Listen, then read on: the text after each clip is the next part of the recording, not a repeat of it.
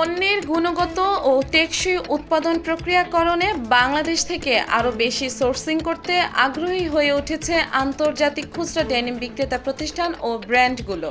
অল্প বিরতির পর আন্তর্জাতিক পরিমণ্ডলে আগ্রহ বৃদ্ধির দেশের ডেনিম প্রস্তুতকারকদের জন্য উজ্জ্বল সম্ভাবনার ইঙ্গিত দিচ্ছে। রপ্তানিকারক ও তাদের সরবরাহকারীরা বলছেন, করোনা মহামারী ও রাশিয়া ইউক্রেন যুদ্ধের তীব্র ধাক্কা কাটিয়ে ঘুরে দাঁড়াচ্ছে বৈশ্বিক ডেনিম সরবরাহ চেইন। এসব ব্যবসার সুযোগ কাজে লাগাতে কিছু প্রস্তুতকারক তাদের সক্ষমতা বাড়াচ্ছে। এছাড়া তাদের অনেক সরবরাহকারী বাংলাদেশে নতুন অফিস খুলে কার্যক্রম সম্প্রসারিত করছে। ঢাকা ইন্টারন্যাশনাল কনভেনশন সিটি বাংলাদেশে অনুষ্ঠিত বাংলাদেশ ডেনিম এক্সপোর রপ্তানিকারক এবং তাদের কেমিক্যাল, অ্যাক্সেসরিজ ও কাপড় সরবরাহকারীরা এসব কথা বলেন। দেশের অন্যতম শীর্ষস্থানীয় ডেনিম রপ্তানিকারক অনন্ত অ্যাপারেলসের বার্ষিক টার্নওভার $200 মিলিয়ন বেশি। চলতি বছরের আগস্ট পর্যন্ত তাদের পূর্ণ সক্ষমতার অর্ডার বুক করেছেন। আন্তর্জাতিক বাজারের অবস্থা ধীরে ধীরে ভালো হওয়ায় ক্রেতারা বাংলাদেশে আসছে। প্রায় 1 বছর আগে অর্ডার কমে যাওয়ায় চ্যালেঞ্জের মুখে পড়ে এই রপ্তানিকারক প্রতিষ্ঠান। মজুরি বাড়ানোর পর তাদের ওভারহেড খরচ হঠাৎ বৃদ্ধির পাশাপাশি গ্যাস ও বিদ্যুতের দাম বেড়ে যাওয়ায় তারা এখন চ্যালেঞ্জে আছেন।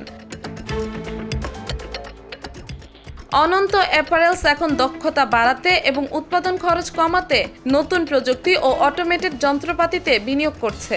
এসব প্রচেষ্টা সত্ত্বেও ব্যবসা চালাতে চ্যালেঞ্জ রয়ে গেছে। এছাড়া ক্রেতারাও উৎপাদন খরচ বিবেচনা করে পণ্যের দাম 10 থেকে 15 সেন্ট বাড়াচ্ছে। তবে এই সমন্বয় আগামী শরৎ মৌসুমের জন্য প্রযোজ্য হতে পারে। তবে বৈশ্বিক পরিস্থিতিতে কোনো যুদ্ধের প্রভাব না পড়লে অর্ডার বাড়বে। এতে পণ্যের দাম বাড়ানোর সুযোগও তৈরি হবে। বৈশ্বিক ডেনিমের বাজারের আকার প্রায় $95 বিলিয়ন। বার্ষিক প্রবৃদ্ধির হার 5.5%।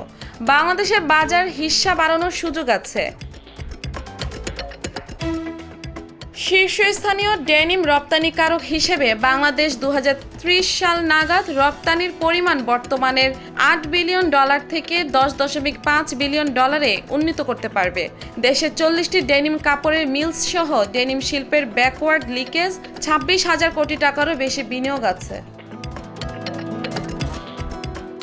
বর্তমানে ডেনিম মিলগুলো প্রায় 65% কাপড় সরবরাহ করে, যেখানে আগে কাপড়ের জন্য সম্পূর্ণ আমদানির উপর নির্ভর করতে হতো। বাংলাদেশে চীনা মেটাল ট্রিম উৎপাদনকারী প্রতিষ্ঠান চেরি বাটন লিমিটেডের বার্ষিক টার্নওভার $8 মিলিয়ন। বাজারে সুযোগ কাজে লাগাতে তারা 2019 সালে এখানে বিনিয়োগ করেছে। এর আগে তারা চীন থেকে আমদানি করত। গত বছর তাদের ব্যবসা প্রবৃদ্ধি প্রায় 29% ছিল। বাংলাদেশে ডেনিম ব্যবসা বাড়ছে 3টি কারণে: কম দাম, গুণমান ও উচ্চ সক্ষমতা।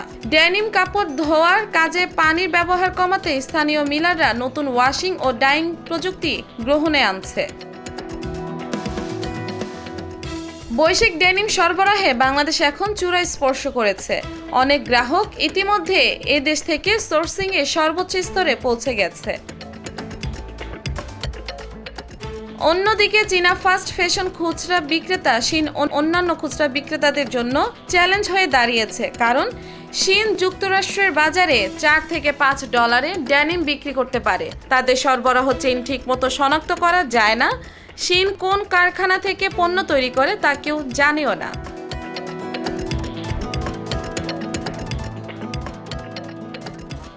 বাংলাদেশ, ভারত, চীন, পাকিস্তান, তুরস্ক, Italy, France, Spain, Switzerland, Vietnam, Japan সহ 11টি দেশের 60টিরও বেশি প্রতিষ্ঠান 2 দিনের ডেনিম এক্সপোতে অংশ নিচ্ছে।